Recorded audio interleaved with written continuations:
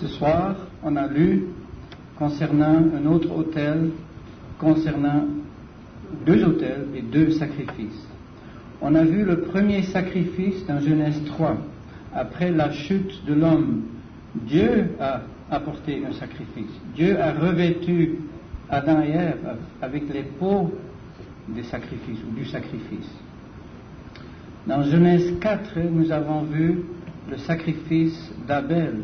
C'était une réponse de la foi, en contraste avec le sacrifice de Caïn.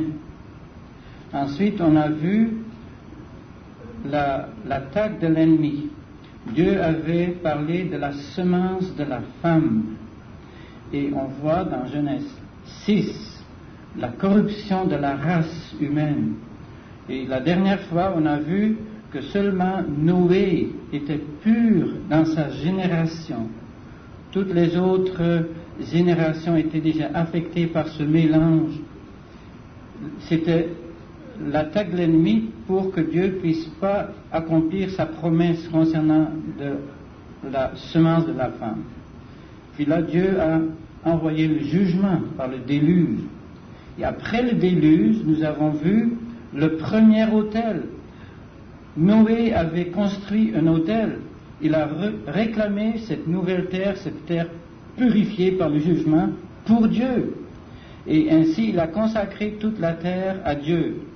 Et le résultat était la bénédiction. Dans Genèse 9, le début, on voit comment Dieu a pu bénir la race humaine. Mais depuis là, si vous connaissez un peu le livre de la Genèse, nous voyons une autre attaque de l'ennemi. Maintenant, pas dans le domaine physique, mais dans le domaine spirituel. Et on voit le début de l'idolâtrie dans Genèse 10 et 11. Le résultat de cette attaque de l'ennemi était que toutes les nations, parce qu'à un moment donné, avec la tour de Babel, Dieu a envoyé le jugement et dispersé les peuples. Et là, on voit donc dans Genèse 10 le résultat de ce jugement, tous ces peuples divisés sur la terre, dispersés sur la terre. Mais Dieu a envoyé ce jugement à cause de l'idolâtrie qui a commencé à Babel. Babel veut dire porte vers Dieu, mais c'est devenu un lieu de confusion. Et en contraste avec Babel, Dieu a montré la cité de Dieu. On va lire tantôt dans Hébreux 11. Il a montré à Abraham une autre cité, pas la cité de Babel avec l'idolâtrie, mais la cité de Dieu, selon les pensées de Dieu. Dieu a appelé Abraham, comme on a lu dans Genèse 12, pour sortir de ce domaine de l'idolâtrie. Et Abraham est devenu un adorateur du seul vrai Dieu. Abraham est appelé 3 fois dans la Bible l'ami de Dieu. Ça veut dire celui qui aime Dieu. Avec Abraham, nous voyons la foi, mais aussi l'amour pour Dieu. Le premier amour, pour ainsi dire.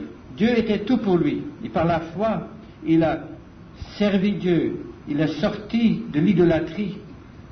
Et on l'a vu dans Genèse 12, dans le pays de Canaan, où il y avait l'idolâtrie encore pire peut-être qu'à Babylone. Donc Dieu a maintenant son témoin. Et on va voir avec Abraham un exemple pour nous les croyants d'aujourd'hui. Il y a beaucoup de leçons qu'on peut tirer de cet appel d'Abraham qui s'applique aussi à vous et moi. Il y a une différence, il y a des différences, mais il y a aussi des parallèles. Et comme Abraham est devenu un constructeur d'autels, 4 autels dans sa vie, on a lu 2, concernant 2 autels ce soir, et il apporte un sacrifice. Donc, peut-être on peut lire quelques passages encore, et ensuite on va revenir à Genèse 12. Si vous voulez tourner avec moi à Acte 7. Acte 7, c'est le discours d'Étienne devant les Juifs qui avaient rejeté son témoignage, qui avaient rejeté le Messie. Et dans Acte 7, Étienne a dit au verset 2, Hommes, frères et pères, écoutez, le Dieu de gloire apparut à notre père Abraham lorsqu'il était en Mésopotamie, avant qu'il habitât en Charan. Et il lui dit, sors de ton pays et de ta parenté et viens au pays que je te montrerai. Donc juste le point que je voulais souligner, c'est Étienne parle ici du Dieu de gloire qui est apparu à notre père Abraham. Lorsqu'il était donc en Mésopotamie, dans le contexte de l'idolâtrie, dans Josué 24, nous voyons que Josué a parlé du fait qu'Abraham était aussi un idolâtre. Mais Dieu lui est apparu, le Dieu de gloire, et cela a eu un impact sur Abraham. Il a voulu sortir de ce pays d'idolâtrie pour servir ce Dieu de gloire. Pour nous, c'est la même chose. Nous connaissons maintenant Dieu et c'est par le Seigneur Jésus. Comme nous voyons dans 2 Corinthiens 3, verset 18, nous contemplons à face découverte la gloire du Seigneur. Nous voyons la gloire de Dieu dans la face du Seigneur Jésus. Nous avons encore plus de privilèges qu'Abraham, mais il y a aussi des parallèles. L'autre passage que je voulais lire, c'est dans Romains 4. Romains 4, nous voyons Abraham comme le père des croyants. Il est le père, pas seulement des croyants en Israël, il est aussi le père pour tous les croyants, pour nous aussi. Dans Romains 4, je voulais juste souligner quelques pensées où nous voyons au verset 17, selon qu'il est écrit, je t'ai établi père de plusieurs nations devant Dieu qu'il a cru. Le premier point, il y a 7 points que je vais souligner maintenant par rapport à Abraham. Il a cru. Et ce Dieu, c'est une petite parenthèse au verset 17, ce Dieu fait vivre les morts et appelle les choses qui ne sont point comme si elles étaient. Voilà la grandeur de Dieu. Ce Dieu de gloire, ce grand Dieu, Abraham l'a cru. Deuxième point, verset 18, qui contre espérance, crut avec espérance, pour devenir père de plusieurs nations, selon ce qui a été dit, ainsi sera ta semence.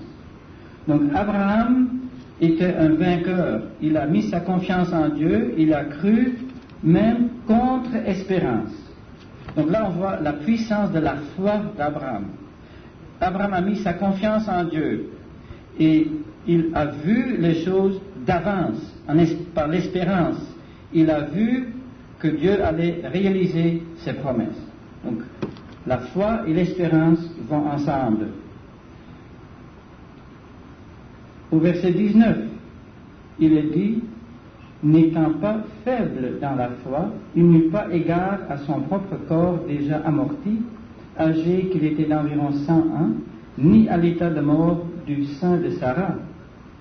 Ici, il est dit que sa foi n'était pas faible. Il faut réaliser que là, Abraham a dépassé l'âge pour avoir un enfant, et Sarah avait dépassé l'âge, en plus, elle avait toujours été stérile. Donc, la grandeur de la foi d'Abraham ici, qui a mis sa confiance en Dieu, que Dieu allait accomplir sa promesse. Verset 20, il ne forma point de doute. Ça, c'est le 4e point. Il ne forma point de doute sur la promesse de Dieu par incrédulité, mais il fut fortifié. C'est le 5e point. Il fut fortifié dans la foi. Donc, pas de doute, verset 20, 4e point. 5e point, il fut fortifié dans la foi. Abraham a mis sa confiance en Dieu et Dieu a soutenu cette foi. C'est la même chose pour nous. Nous mettons notre foi en lui et Dieu va soutenir notre foi. C'est la grâce de Dieu. Et ensuite, le 6e point, à la fin du verset 20, donnant gloire à Dieu. Donnant gloire à Dieu. Et c'est ça qu'on va voir ce soir avec ces 2 sacrifices d'Abraham, ces 2 autels qu'il a construits. Il a donné gloire à Dieu. Le 7e point, verset 21, étant pleinement persuadé que ce qu'il a promis, il est puissant aussi pour l'accomplir. Donc qui va avoir le crédit? Dieu va recevoir toute la gloire. Toute la gloire revient à Dieu. Et ça, c'est le 7e point. Donnant gloire à Dieu, qui est puissant pour accomplir sa promesse. Et dans ce chapitre, on voit aussi la base de tout cela, c'est la résurrection du Seigneur Jésus. Ensuite, dans Hébreux 11, si vous voulez encore tourner à Hébreux 11, s'il vous plaît.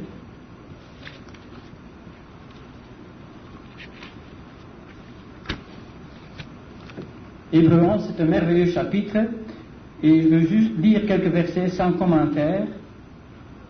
Verset 8. Pour revenir à cette cité, j'ai mentionné en contraste avec Babel, Dieu avait une autre cité qu'il a montrée à Abraham. Hébreux 11, verset 8. Par la foi, Abraham étant appelé, obéit. On a vu ça dans Genèse 12. Appelé, obéit. Pour s'en aller au lieu qu'il devait recevoir pour héritage. Et il s'en alla, ne sachant où il allait. Par la foi, juste une petite parenthèse, il y a 7 fois ici dans Hébreux 11, par la foi avec Abraham. Donc verset 9, par la foi, il demeura dans la terre de la promesse, comme dans une terre étrangère, demeurant sous des tentes, avec Isaac et Jacob, les co-héritiers de la même promesse. Car, notons bien, verset 10, il attendait la cité qui a les fondements. Il attendait la cité qui a les fondements, de laquelle Dieu est l'architecte et le créateur. Quel contraste avec Babylone. Verset 11. Par la foi, Sarah elle-même aussi reçut la force de fonder une postérité, et cela étant hors d'âge, puisqu'elle estima fidèle celui qui avait promis.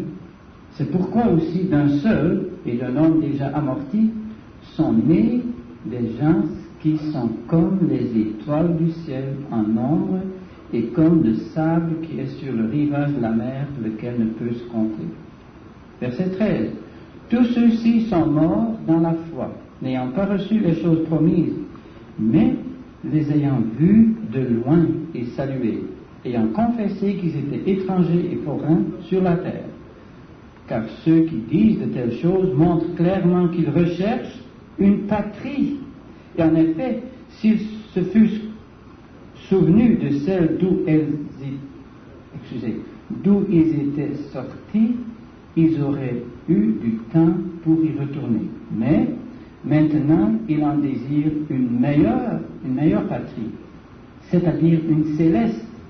C'est pourquoi Dieu n'a point honte de savoir d'être appelé leur Dieu, car il leur a préparé une cité. Puis là, il continue à parler de la foi d'Abraham et aussi de sa descendance. Abraham a eu un impact sur ses fils, ses petits-fils, arrière-petits-fils, un impact. Ils ont tous suivi dans ce chemin de la foi. C'est merveilleux de voir ça. Mais toute la gloire revient à Dieu. Et encore un verset, s'il vous plaît, dans Jacques, chapitre 2. Jacques, chapitre 2.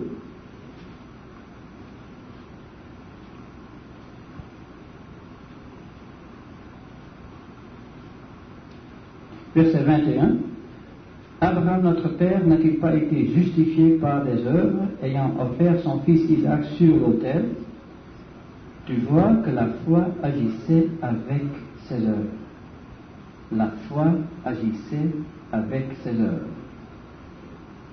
Et par les œuvres, la foi fut rendue parfaite. Et l'écriture a été accomplie qui dit, et Abraham crut Dieu, et cela lui fut compté à justice. Et il a été appelé ami de Dieu. Ça, c'est quelqu'un qui aime Dieu. Ami de Dieu.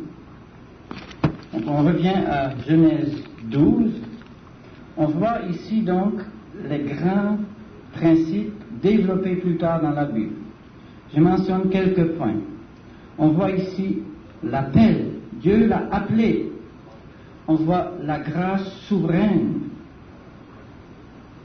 Abraham était un idolâtre, mais Dieu l'a appelé pour sortir de l'idolâtrie. C'est la grâce souveraine de Dieu. Dieu s'est révélé à Abraham, c'est la révélation de Dieu. On voit aussi l'élection. J'ai mentionné la grâce souveraine de Dieu et Dieu l'a élu. Nous aussi, nous avons été élus. Il y a un parallèle là, mais aussi une différence. Dieu nous a élus avant la fondation du monde. Ici, par rapport à Abraham, on voit cette élection, c'est dans le temps. On voit aussi, par rapport à Abraham, on a lu plusieurs passages, la foi. La foi est une réponse envers Dieu. Il a mis sa confiance en Dieu. On va voir ce soir aussi la réponse de la part d'Abraham en construisant cet autel, en offrant ce sacrifice. Il a donné une réponse comme adorateur. Donc, la première réponse, l'obéissance. Deuxième réponse, ça c'est le résultat, l'adoration. Et on va voir aussi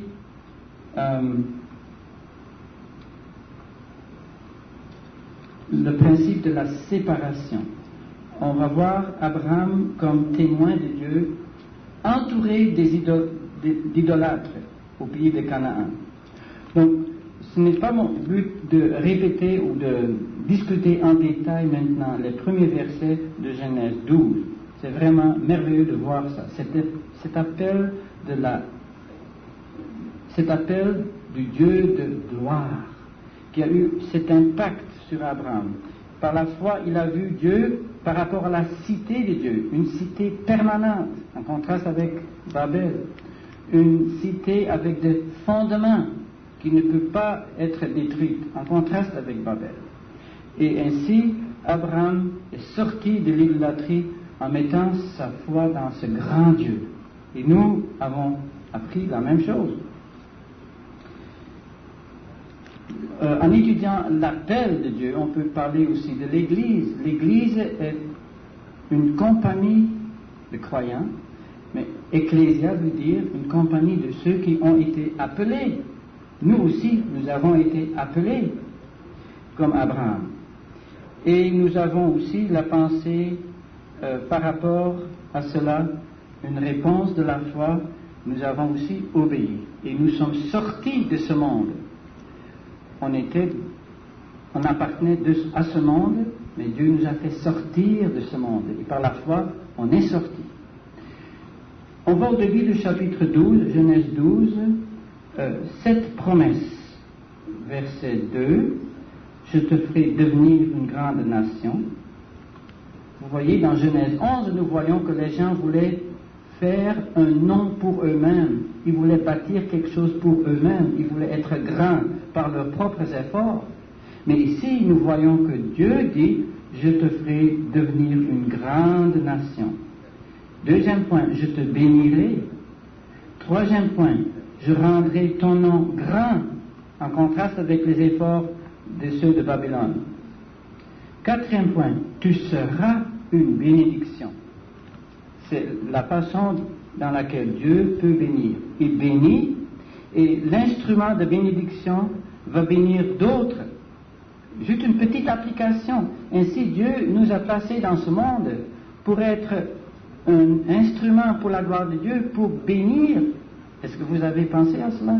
Le fait que Dieu nous a laissés dans ce monde est pour être un outil pour lui, pour bénir. Dieu nous a bénis, mais il veut se servir de vous et moi pour être un outil, un instrument pour bénir. Ensuite, au verset 3, le cinquième point, je bénirai ceux qui te béniront. Ça, c'est le résultat. Donc, une multiplication de bénédictions. Et le sixième point, je maudirai ceux qui te maudiront. Ça, c'est les voies de Dieu. Ceux qui bénissent Abraham seront bénis. Ceux qui maudissent Abraham et sa semence seront maudits. Septième point, et en toi seront bénies toutes les familles de la terre. Ainsi, on voit que l'instrument de la bénédiction Abraham va avoir un impact long terme. C'est pour toutes les familles de la terre. Là, on voit déjà devant nous le millénium, où toutes les nations seront bénies. Mais on peut voir même la nouvelle création, où il n'y a plus de nations. Dieu parle ici de familles, toutes les familles de la terre. Donc la bénédiction d'Abraham va avoir un impact long terme, pour toujours. La réponse d'Abraham, on a vu au verset 4, son obéissance à l'appel de Dieu, il s'en alla, comme l'Éternel lui avait dit. Est-ce qu'on obéit, nous aussi, si Dieu nous appelle? Pas seulement le moment qu'on a cru, mais Dieu nous montre certaines choses dans notre vie, il nous appelle à faire ceci ou ça, est-ce qu'on obéit? Maintenant, je ne parle pas de Lot, on va continuer au verset 5, Abraham prit Sarai, sa femme, etc., et ils sont allés à Charan, ça c'est le mi-chemin, mais là, ils sont partis de là pour aller au pays de Canaan. Et ils entrèrent au pays de Canaan. Ça a pris du temps, mais ils sont allés là. Et qu'est-ce qu'on voit maintenant au verset 6? Abraham passa au travers du pays. C'est le pays que Dieu lui avait montré. C'est le pays de la promesse. Et Abraham est ici le témoin de Dieu. Il réclame ce pays, pour ainsi dire, pour Dieu. Jusqu'au lieu de Sichem. Sichem était un lieu d'idolâtrie. Et là, en face de l'idolâtrie, Abraham, même jusqu'au chêne de Morée, un symbole d'idolâtrie, qu'est-ce qu'Abraham va faire? Il va bâtir un autel. Mais avant qu'il fasse ça, on lit au verset 7. Le Cananéen était alors dans le pays. C'est un commentaire très sobre. C'est pour souligner la condition de cette nation-là, dans ce pays. Une condition terrible. Et c'est là où on lit au verset 7 au milieu, l'Éternel apparut à Abraham. Il dit, je donnerai ce pays à ta semence. Peut-être Abraham a douté un peu, je ne sais pas, mais Dieu lui est apparu dans une vision peut-être, on ne sait pas exactement comment, mais Dieu lui a parlé et a confirmé sa promesse, je donnerai ce pays à ta semence. Ainsi nous voyons de nouveau Abraham comme quelqu'un qui a cru Dieu, qui a donné une réponse. C'est ça la question maintenant, parce qu'on lit au verset 7 à la fin, et Abraham bâtit là un autel à l'Éternel qui lui était apparu. Donc là, dans le contexte de l'idolâtrie, Abraham ne faisait plus partie de l'idolâtrie, il ne faut pas mal comprendre, mais il était maintenant un témoin du vrai Dieu en face de l'idolâtrie. Et là, il a placé un autel pour le vrai Dieu, l'Éternel qui lui était apparu. Abraham est un vrai vainqueur, un témoin pour ce vrai Dieu qui place cet autel-là en témoignage pour ce Dieu-là. Mais ce n'est pas seulement un témoignage, c'est aussi un lieu d'adoration. Parce que par rapport à l'autel, on a vu avec Noé, il a réclamé cette terre purifiée dans Genèse 8 pour Dieu. Ici, Abraham réclame cette terre promise où il y avait cette idolâtrie, il réclame cela pour le vrai Dieu. Mais il le fait comme adorateur. Il bâtit cet autel. L'autel est place de sacrifice, littéralement. Zbach veut dire un lieu de sacrifice. Et ainsi, l'autel est là pour soutenir le sacrifice. L'autel parle aussi d'un accès vers Dieu. Abraham s'approche de Dieu comme adorateur. Il s'approche de Dieu. Et l'autel est ainsi un lieu de communion. C'est pour cela, dans le Nouveau Testament, nous voyons le concept de la table du Seigneur par rapport à l'autel. L'autel parle de l'accès. Nous avons un libre accès pour nous approcher de Dieu. Et en même temps, c'est aussi la communion. La communion avec Dieu, mais aussi la communion les uns avec les autres. C'est un concept qui sera développé dans la parole beaucoup, parce que Dieu aime cette communion-là. Mais en principe, tout est là déjà, ici, avec cet autel-là. La communion, et ainsi, c'est une réponse par rapport à la lumière que Dieu lui a donnée. Dieu est apparu à Abraham au verset 7, a dit, je donnerai ce pays à ta semence, et Abraham bâtit là un autel à l'Éternel, qui lui était apparu. Là, on a une leçon. Dieu a montré quelque chose à Abraham. Abraham a obéi, on a vu cela, il est sorti, mais Abraham donne une réponse à Dieu par rapport à la révélation qu'il a eue. Dieu nous a montré beaucoup. Dieu nous a donné beaucoup de lumière. Et ainsi, Dieu cherche aussi une réponse par rapport à la lumière qu'il nous a donnée. Et c'est ça qu'on voit avec Abraham. Il donne une réponse par rapport à la lumière, la nouvelle lumière que Dieu lui a donnée. Ça doit être précieux pour Dieu, d'avoir une telle réponse. Et ainsi, c'est précieux pour Dieu de pouvoir recevoir de nos cœurs une réponse par rapport à ce qu'il nous a montré. Dieu nous a montré quelque chose, nous remercions et nous adorons Dieu par rapport à ce qu'il nous a montré. C'est ça, l'adoration. Dieu reçoit ici une portion. Mais c'est dans le contexte de l'idolâtrie. Autour de cela, il y a l'idolâtrie. Et c'est pour cela que c'est aussi un témoignage. Un témoignage, mais Dieu reçoit sa portion. Donc Dieu a attendu longtemps, même Abraham est devenu un idolâtre à Babylone, mais Dieu l'a sorti de l'idolâtrie, et maintenant Abraham est un adorateur.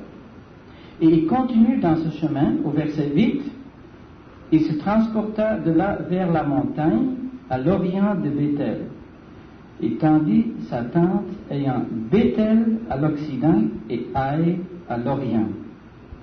Et il bâtit là un autel à l'Éternel, et invoqua le nom de l'Éternel.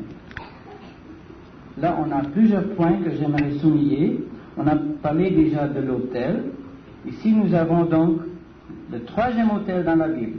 Genèse 8, Genèse 12, verset 7, deuxième, ici, verset 8, le troisième autel.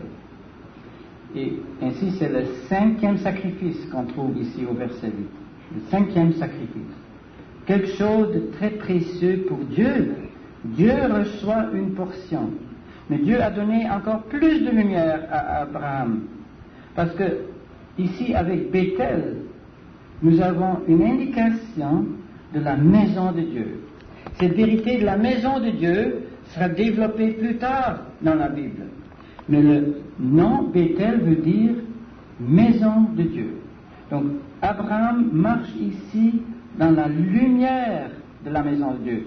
L'Orient parle de la lumière que Dieu donne à l'Orient de Béthel, et tendit sa tente. Tantôt j'ai dit, il est un témoin. La tente parle du témoignage. Avec sa famille, il était là dans une tente, il habitait là, comme témoin. Il n'est pas allé pour habiter à Sichem, pour s'identifier avec les idolâtres. Il était en dehors de cela. Comme on voit dans Hébreux 13, pour nous aussi, le lieu d'adoration est hors de la ville religieuse, est hors d'un système humain. Et c'est là où il y a la tente. La tente, pour nous, c'est pas littéralement. Il ne faut pas comprendre qu'on doit tous partir de la ville pour habiter dans une tente. Mais spirituellement, nous devons aussi habiter dans une tente, ne pas faisant partie d'un système organisé par l'homme. Et la tente, c'est la tente du pèlerin. Le pèlerin est en mouvement pour aller dans un autre pays. Nous sommes en route pour aller au ciel. En même temps, nous sommes aussi des ambassadeurs qui représentent le ciel ici sur la terre. Donc on est en route, pèlerin, on est des ambassadeurs qui représentent le ciel, et nous sommes aussi des forains parce que nous sommes des étrangers par rapport à cette terre, par rapport à ce monde. Et on a aussi Haï. Haï veut dire amas de ruines. C'est un symbole. C'est comme une illustration de ce que le monde fait, même le monde religieux, qui fait quelque chose par ses propres efforts. Mais comme avec Babel, c'est comme un amas de ruines. Dieu ne reconnaît pas ces efforts de l'homme. Donc, en témoignage envers ce que l'homme fait, Abraham a ici construit son autel comme témoin de Dieu. Et là, il invoqua le nom de l'Éternel. Donc ces trois éléments vont ensemble, la tente du pèlerin, l'autel, l'adoration, et invoquer le nom de l'Éternel, c'est sa prière, sa communion avec Dieu, sa dépendance. Cette expression invoquer le nom de Dieu, on retrouve souvent dans la Bible. Ça nous parle de cet accès que nous avons envers Dieu, la communion avec Dieu, et ainsi nous avons la prière. L'adoration, l'autel, la prière vont ensemble, et en même temps le témoignage. Donc il y a beaucoup de détails dans ce chapitre qui nous parlent de la grâce de Dieu, et je veux peut-être juste résumer encore quelques points pour répéter. On a vu la cité de Dieu que Abraham a vue par la foi. Cette cité est permanente, en contraste avec Babel. Cette cité a des fondements, parce que Dieu est le constructeur de cette ville. Et dans Hébreux 13, nous lisons, nous cherchons, je vais juste lire ce verset-là parce que je ne veux pas me tromper, c'est un très beau verset, dans Hébreux 13.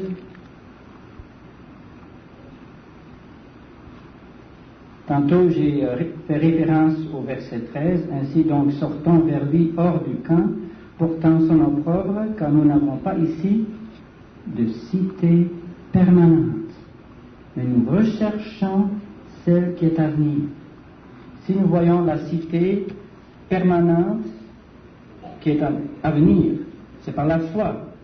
On met notre confiance en Dieu et on voit les choses d'avance, comme Abraham a agi par espérance dans Romains 4.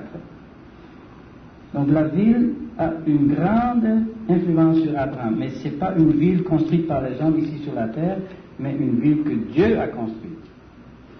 Et on pourrait parler aussi de l'appel de Dieu, c'est un principe à travers la Bible, l'appel de Dieu.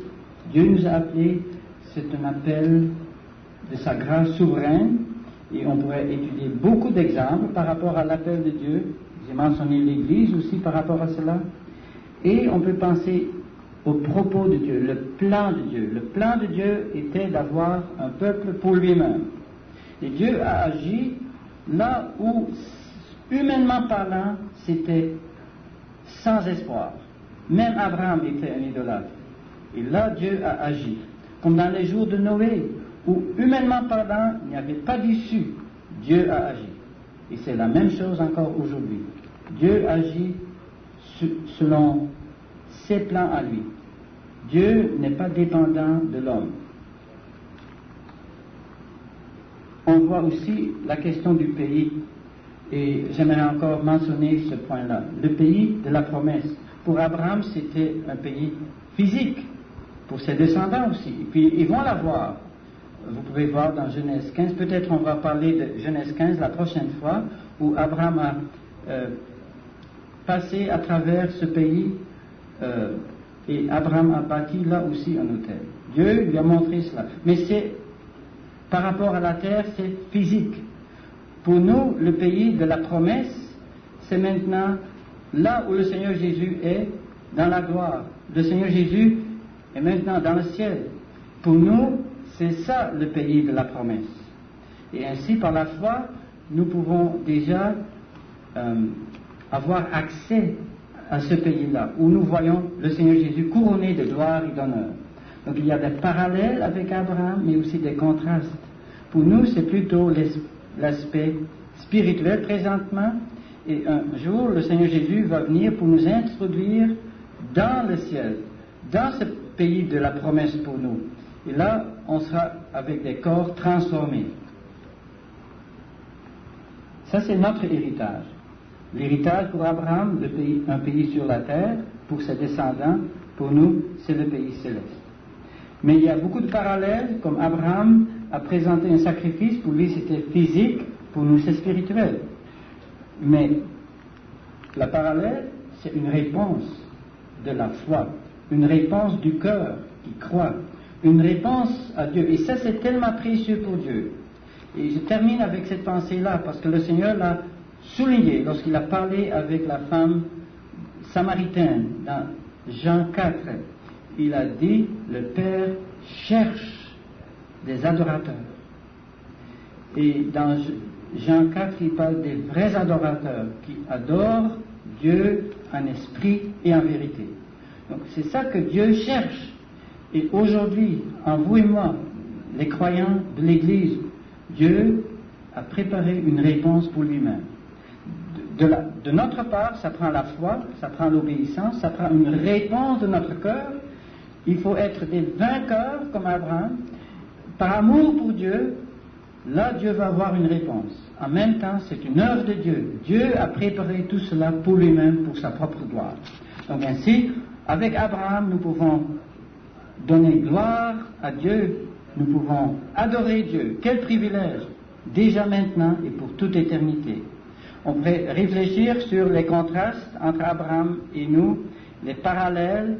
Il y a beaucoup de sujets d'études, mais c'est juste quelques suggestions que j'ai partagées avec vous ce soir. C'est pour notre encouragement, pour que nous puissions être un outil de bénédiction pour ceux qui nous entourent, comme témoins, des objets, des outils de bénédiction pour apporter la louange et la bénédiction à notre Dieu et Père.